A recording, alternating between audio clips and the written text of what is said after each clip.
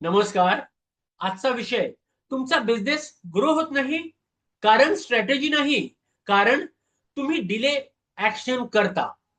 सकाळचे 9 वाजले, तुमच्या फोनवर नोटिफिकेशन येतो, न्यू क्लायंट इन्क्वायरी. तुम्ही बघता आणि स्वतःला म्हणता, थोड्या वेळाने रिप्लाय करतो.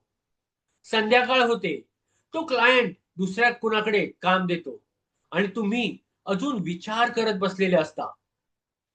ही एकच चूक नाही, ही सवय आहे.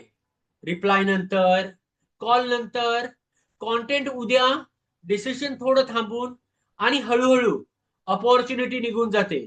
स्ट्रेस वाढतो, कॉन्फिडन्स कमी होतो, आणि सगळ्यात मोठं नुकसान काय? तुमचा बिझनेस ग्रो होत नाही. पण खरी गोष्ट काय आहे माहित आहे? प्रॉब्लेम तुमच्या स्ट्रॅटेजीमध्ये नाही, प्रॉब्लेम तुमच्या मार्केटमध्येही नाही, प्रॉब्लेम आहे तुमच्या डिले माइंडसेट मध्ये. तुम्ही विचार करता आधी क्लॅरिटी येऊ दे, पण रियालिटी उलटी आहे. क्लॅरिटी ऍक्शन नंतर येते. तुम्ही जितका डिले करता तितका तुमचा ब्रेन डिले शिकतो. एक एमएसएमई ओनर होता, त्याच्याकडे प्रोडक्ट चांगला होता, मार्केटही तयार होतं, पण एक प्रॉब्लेम होता. तो प्रत्येक डिसिजन डिले करायचा. प्राइसिंग ठरवायची, delay. Client follow up, delay. Marketing सुरू करायचं, डिले. तो म्हणायचं थोडं अजून विचार करतो. 3 महिने गेले, 6 महिने गेले. त्याच्या कॉम्पिटिटरने सिंपल व्हर्जन लॉन्च केलं. परफेक्ट नव्हतं, पण मार्केट कॅप्चर केलं. आणि हा ओनर अजून प्लॅनिंग करत होता.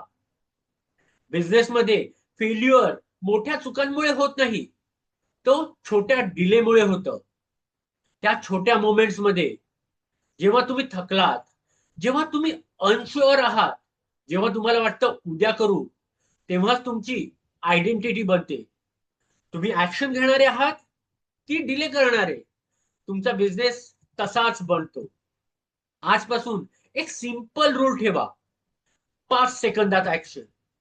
जेव्हा काम दिसेल, रिप्लाय करा, कॉल करा, सुरुवात करा. Over thinking no, waiting no. लक्षात ठेवा, small action is equal to confidence, confidence is equal to growth. Delay म्हणजे सायलेंट बिझनेस किलर आहे.